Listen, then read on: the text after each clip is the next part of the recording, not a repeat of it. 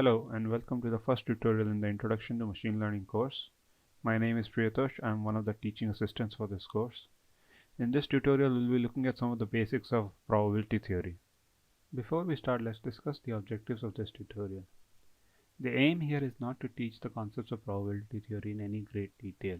Instead, we'll just be providing a high-level overview of the concepts that will be encountered later on in the course. The idea here is that for those of you who have done a course in probability theory or are otherwise familiar with the content, this tutorial should act as a refresher. For others who may find some of the concepts unfamiliar, we recommend that you go back and prepare those concepts from, say, an introductory textbook or any other resource, so that when you encounter those concepts later on in the course, you should be comfortable with them. Okay, to start this tutorial, we'll look at the definitions of some of the fundamental concepts. The first one to consider is that of the sample space. The set of all possible outcomes of an experiment is called the sample space and is denoted by capital omega. Individual elements are denoted by small omega and are termed elementary outcomes. Let's consider some examples. In the first example, the experiment consists of rolling an ordinary die. The sample space here is the set of numbers between 1 and 6. Each individual element here represents one of the 6 possible outcomes of rolling a die. Note that in this example, the sample space is finite. In the second example, the experiment consists of tossing a coin repeatedly until a specified condition is observed. Here we are looking to observe 5 consecutive heads before terminating the experiment. The sample space here is countably infinite.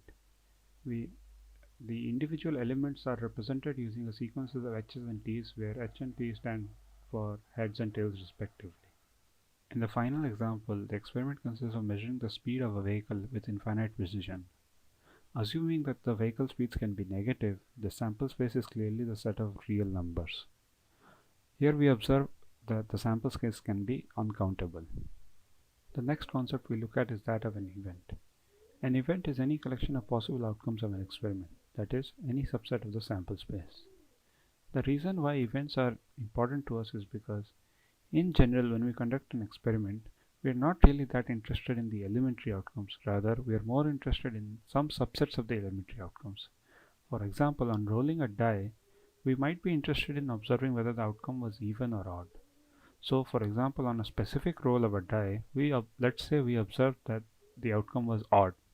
In this scenario, whether the outcome was actually a 1 or a 3 or a 5 is not as important to us as the fact that it was odd.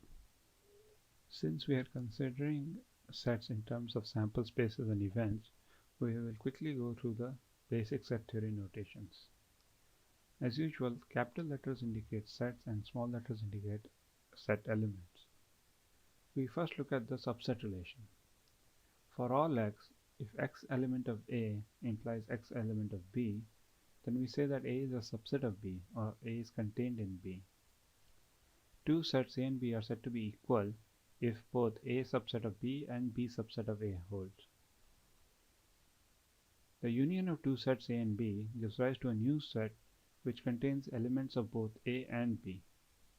Similarly, the intersection of two sets gives rise to a new set which contains of only those elements which are common to both A and B. Finally, the complement of a set A is essentially the set which contains all elements in the universal set except for the elements present in A. In our case, the universal set is essentially the sample space. This slide lists out the different properties of set operations such as commutativity, associativity, and distributivity, which you should all be familiar with. It also lists out the De Morgan's laws, which can be very useful. According to the De Morgan's laws, the complement of the set A union B is equals to A complement intersection B complement. Similarly, the complement of the set A intersection B is equals to A complement union B complement.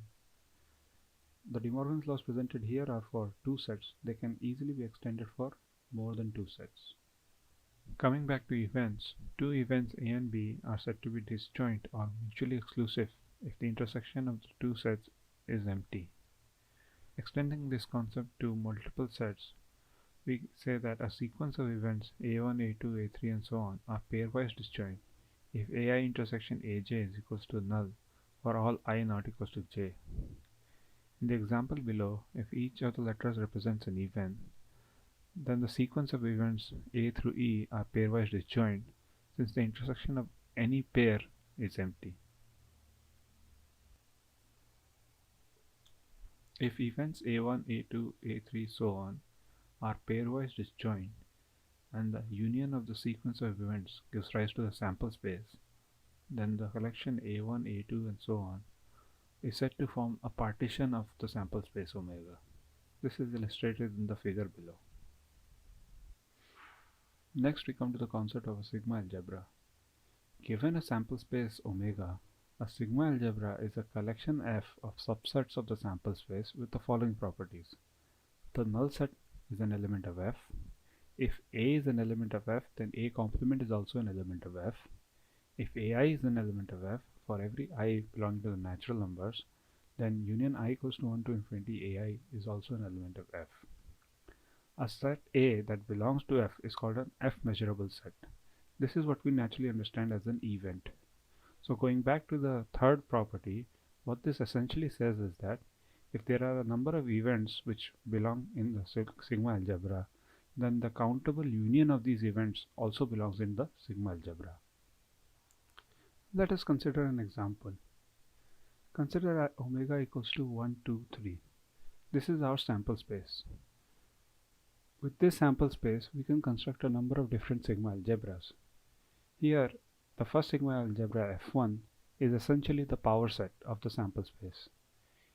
All possible events are present in the first sigma algebra.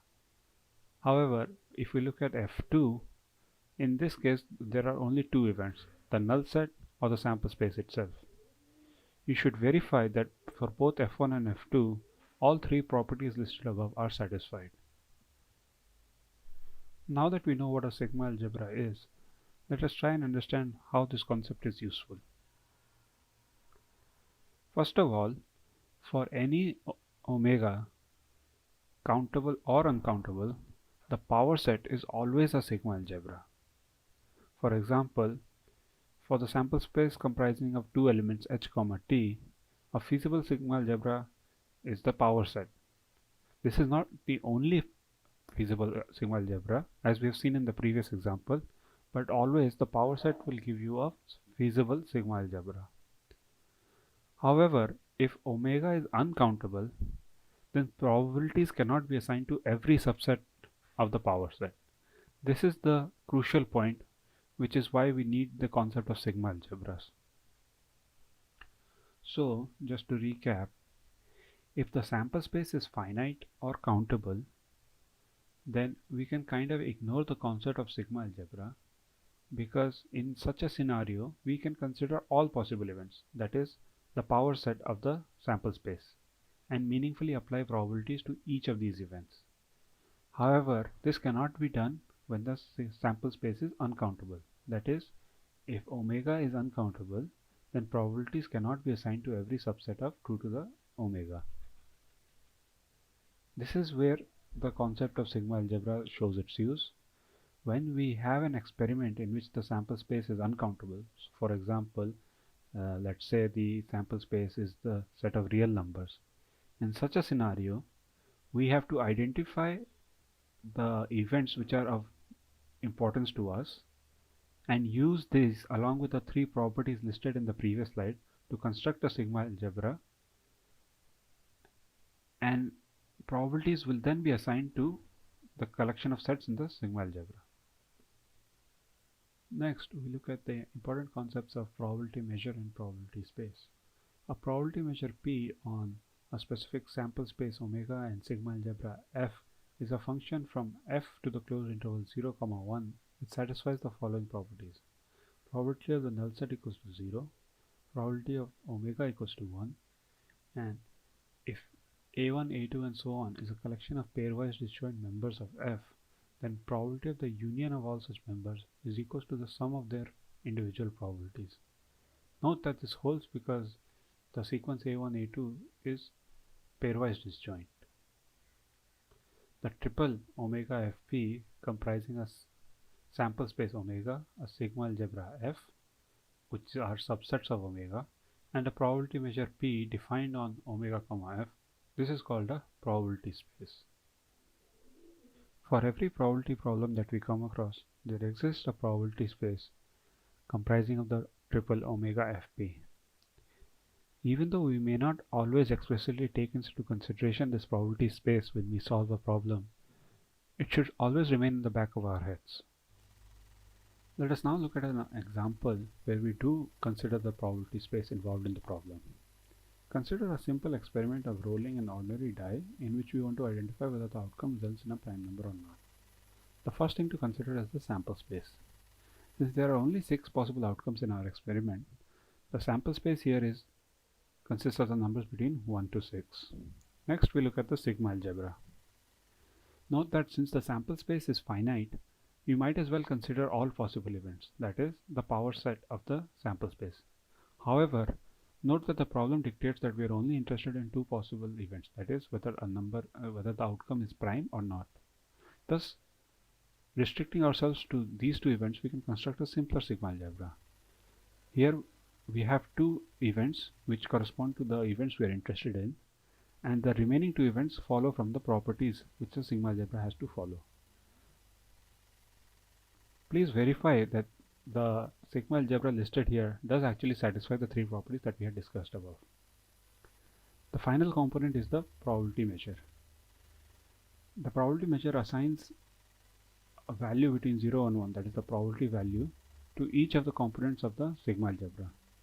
Here the values listed assumes that the die is fair in the sense that the probability of each phase is equals to 1 by 6. Having covered some of the very basics of probability, in the next few slides we look at some rules which allow us to estimate probability values. The first thing we look at is known as the Bonferroni's inequality.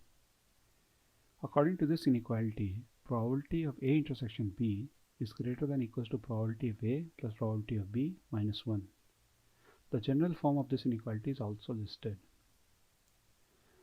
What this inequality allows us to do is to give a lower bound on the intersection probability. This is useful when the intersection probability is hard to calculate. However, if you notice the right hand side of the inequality, you should observe that this result is only meaningful when the individual probabilities are sufficiently large. For example, if the probability of A and the probability of B, both these values are very small, then this minus 1 term dominates and the result doesn't make much sense. According to the Boole's inequality, for any sets A1, A2 and so on, the probability of the union of these sets is always less than or equals to the sum of their individual probabilities. Clearly, this gives us a useful upper bound for the probability of the union of events. Notice that this equality will only hold when these sets are pairwise disjoint. Next, we look at conditional probability. Given 2 events A and B, if probability of B is greater than 0, then the conditional probability that A occurs given that B occurs is defined to be probability of A given B is equal to probability of A intersection B by probability of B. Essentially, since event B has occurred, it becomes a new sample space, and now the probability of A is accordingly modified. Conditional probabilities are very useful when reasoning, in the sense that once we have observed some event, our beliefs or predictions of related events can be updated or improved. Let us try working out a problem in which conditional probabilities are used. A fair coin is tossed twice. What is the probability that both tosses result in heads, given that at least one of the tosses resulted in a heads? Go ahead and pause the video here and try working out the problem yourself. From the question, it is clear that there are 4 elementary outcomes. Both tosses resulted in heads, both came up tails, the first came up heads while the second toss came up tails, and the other way around. Since we are assuming that the coin is fair, each of the elementary outcomes has the same probability of occurrence equals to 1 by 4. Now we are interested in the probability that both tosses come up heads, given that at least one resulted in a heads. Applying the conditional probability formula, we have probability of A given B equals to probability of A intersection B divided by probability of B. Simplifying the intersection in the numerator, we get the next step. Now we can apply the probability values of the elementary outcomes to get the result of 1 by 3. Note that in the denominator, each of these events is mutually exclusive. Thus, the probability of the union of these three events is equal to the summation of the individual probabilities. As an exercise, try and solve the same problem with the modification that we observe only the first toss coming up heads. That is, we want the probability that both tosses resulted in heads given that the first toss resulted in a heads. Does this change the problem? Next, we come to a very important theorem called the Bayes theorem or the Bayes rule. We start with the equation for the conditional probability. Probability of A given B is equal to probability of A intersection B by probability of B. Rearranging, we have probability of A intersection B equals to probability of A given B into probability of B. Now, instead of starting from with probability of A given B, if we had started with probability of B given A, we would have got probability of A intersection B equals to probability of B given A into probability of A. These two right hand sides can be equated to get probability of A given B is equal to into probability of B is equal to probability of B given A into probability of A. Now taking this probability of B to the right hand side, we get probability of A given B is equal to probability of B given A into probability of A by probability of B. This is what is known as the Bayes rule. Note that what it essentially says is, if I want to find the probability of A given that B happened, I can use the information of probability of B given A along with the knowledge of probability of A and probability B to get this value. As you will see, this is a very important formula. Here we again present the Bayes rule in an expanded form, where A1, A2 and so on form a partition of the sample space. As mentioned, Bayes rule is important in that it allows us to compute the conditional probability of A given B from the inverse conditional probability of B given A. Let us look at a problem in which the Bayes rule is applicable. To answer a multiple choice question, a student may either know the answer or may guess it. Assume that with probability P, the student knows the answer to a question, and with probability Q, the student guesses the right answer to a question she does not know. What is the probability that for a question the student answers correctly, she actually knew the answer to the question? Again, pause the video here and try solving the problem yourself. Okay, let us first assume that K is the event that the student knows the question, and let C be the event that the student answers the question correctly. Now, from the question, we can gather the following information. The probability that the student knows the question is P, hence the probability that the student does not know the question is equal to 1 minus P. The probability that the student answers the question correctly, given that she knows the question, is equal to 1, because if she knows the question, she will definitely answer it correctly. Finally, the probability that the student answers the question correctly, given that she makes a guess, that is, she does not know the question, is Q. We are interested in the probability of the student knowing the question, given that she has answered it correctly. Applying Bayes rule, we have probability of K given C is equal to probability of C given K into probability of K by probability of C. The probability of answering the question correctly can be expanded in the denominator to consider the two situations. Probability of answering the question correctly given that the student knows the question, and probability of answering the question correctly given that the student does not know the question. Now, using the values which we have gathered from the question, we can arrive at the answer of P by P plus Q into 1 minus P. Note here that the Bayes rule is essential to solve this problem, because while from the question itself we have a handle on this value probability of C given K, there is no direct way to arrive at the value of probability of K given C. two events A and B are said to be independent if probability of A intersection B is equals to probability of A into probability of B. More generally, a family of events AI, where I is an element of the integers, is called independent if probability of some subset of the events AI is equals to the product of the probabilities of those events.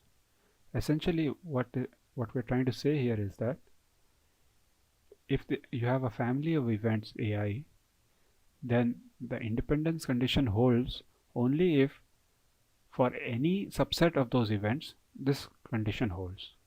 From this, it should be clear that pairwise independence does not imply independence. That is, pairwise independence is a weaker condition. Extending the notion of independence of events, we can also consider conditional independence. Let A, B and C be three events with probability of C strictly greater than 0. The events A and B are called conditionally independent given C if probability of A intersection B given C equals to probability of A given C into probability of B given C. This condition is very similar in form to the previous condition for independence of events. Equivalently, the events A and B are conditionally independent given C if probability of A given B intersection C equals to probability of A given C. This latter condition is quite informative. What it says is that the probability of A calculated after knowing the occurrence of event C is same as the probability of A calculated after having knowledge of occurrence of both events B and C. Thus, observing the occurrence or non-occurrence of B does not provide any extra information, and thus we can conclude that the events A and B are conditionally independent given C. Let us consider an example. Assume that admission into the MTech program at IIT Madras and IIT Bombay is based solely on candidate's GATE score. Then, probability of admission into IIT Madras, given knowledge of the candidate's admission status in IIT Bombay as well as the candidate's GATE score, is equivalent to the probability calculated simply knowing the candidate's GATE score. Thus, knowing the status of the candidate's admission into IIT Bombay does not provide any extra information. Hence, since the condition is satisfied, we can say that admission into the program at IIT Madras and admission into the program at IIT Bombay are independent events given knowledge of the candidate's GATE score.